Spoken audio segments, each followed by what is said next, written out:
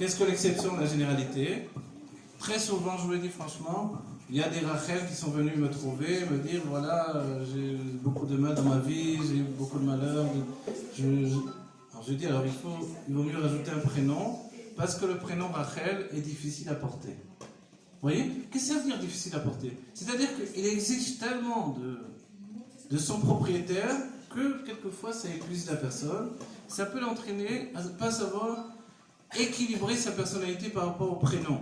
Vous comprenez? C'est ça le sujet. C'est pas que le prénom il est mauvais, tous les prénoms sont bons. Mais il exige beaucoup plus de la personne que d'autres prénoms plus faciles. Donc souvent c'est bien d'adjoindre un second prénom pour équilibrer le premier. Vous voyez? Et ça c'est une bonne chose.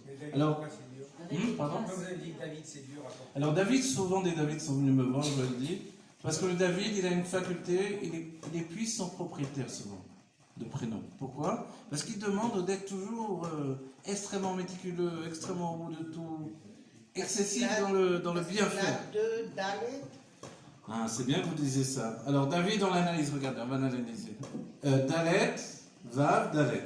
En fait, on écrit Dot. Dot, c'est quoi? C'est long. Okay. Mais on lit David. Donc on voit que ici, ce qui est important, c'est finalement la Nekuda, elle est importante parce qu'elle va donner la structure du prénom. Parce que sinon, on va le lire différemment. Donc il y a quelque chose de secret déjà dans le nom. Mais le Dalet, le Zohar nous dit un secret, il nous dit que la première lettre du prénom va influencer tout le prénom. Vous connaissez ça? C'est très important. Ensuite, on a exprimé que il y a un écrit de la Nourazaken où il te dit que dans l'enfance, l'âme divine va s'habiller dans les pieds. Vous avez vu un petit enfant, il court, il court, dès qu'il commence à marcher, ça y est, il ne s'arrête plus. Vous connaissez, vous donnez une cuillère à l'enfant à manger, il court et il revient chercher une autre cuillère. Et puis il court et puis il revient. Toute la journée, il peut aller, venir, il ne s'épuise pas jusqu'à ce qu'il tombe. On dit que ça vient du fait que son âme divine s'est habillée dans ses pieds. Dans l'adolescence, l'âme divine va s'habiller dans le cœur. Alors là, il court beaucoup moins avec les pieds, mais il court beaucoup plus avec le cœur. Alors c'est là où il projette des envies. Il y a un écrit de Chassidut qui nous dit que dans l'enfance, en réalité, il y a ce qui s'appelle la notion de un désir d'avoir du plaisir. Vous savez, les petits-enfants sont tout le temps en train de pleurer. Je veux ça, je veux des bonbons, je veux des bambas, je veux des biscuits. Tout par bête, vous avez vu, ça commence. Alors, je veux ça, je veux ça, je veux ça. Et quand on lui donne, il est satisfait. Et à nouveau, il a encore envie d'autre chose. Quand on lui donne, il est satisfait. Mais l'adolescent, donc ça veut dire ça, un désir d'avoir du plaisir. C'est comme ça que fonctionne l'âme animale. Mais ensuite, quand il est adolescent, c'est un plaisir d'avoir du désir. Vous comprenez la différence? C'est que tout ce qu'on va lui donner, ça ne va pas lui suffire. Tout ce qu'on va lui proposer, il est toujours insatisfait. On se dit, mais tu n'es jamais content, qu'est-ce qu'il y a? En fait, il est dans une nouvelle facette de son âme, où maintenant, il se projette toujours dans les choses. C'est bien que quand il va concrétiser son désir, il ne va pas être satisfait parce que c'est le plaisir d'avoir du désir qui est important pour lui. Donc en fait, avoir du plaisir, c'est pas suffisant, c'est sa projection qui va le grandir. Jusqu'à ce qu'il arrive à l'âge adulte. Et là, dans l'âge adulte, il va devenir maintenant quelqu'un qui va trouver un équilibre dans l'intellect. L'âme divine va s'habiller dans le cerveau. On pose la question, à quel âge on arrive à l'âge adulte?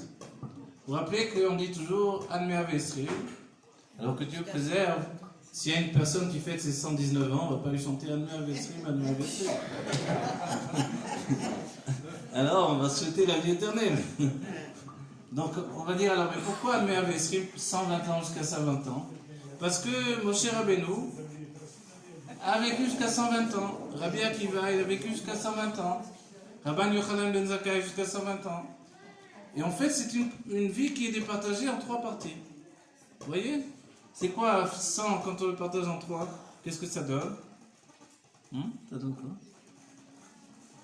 Alors, vous savez compter? 100, 20, 120, je partage en 3. Pardon. Hein? Non, 40.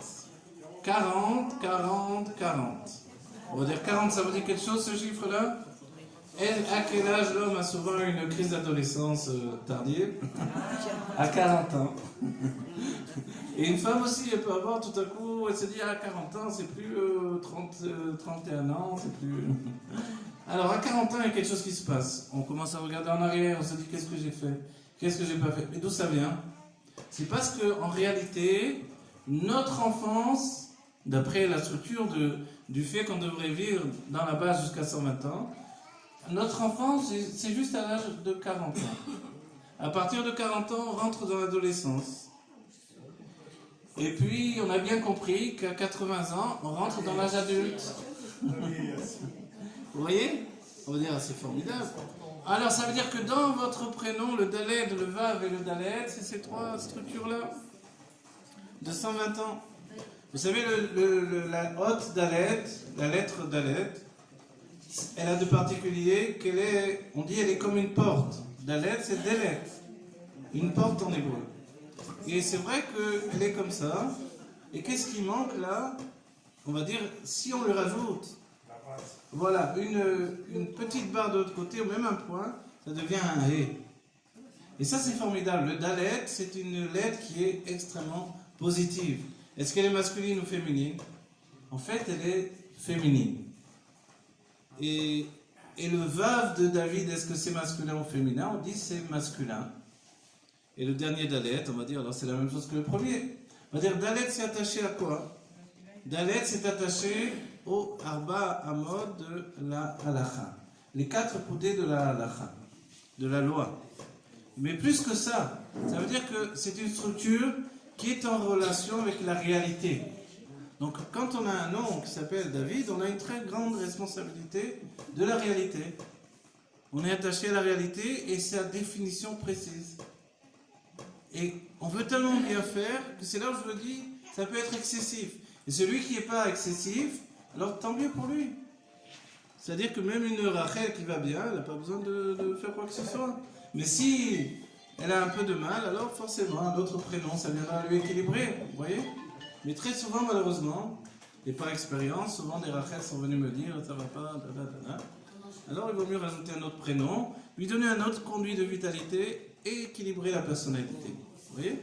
Si bien que, c'est vrai, on pose la question, est-ce qu'il faut donner un prénom à un enfant ou plusieurs prénoms?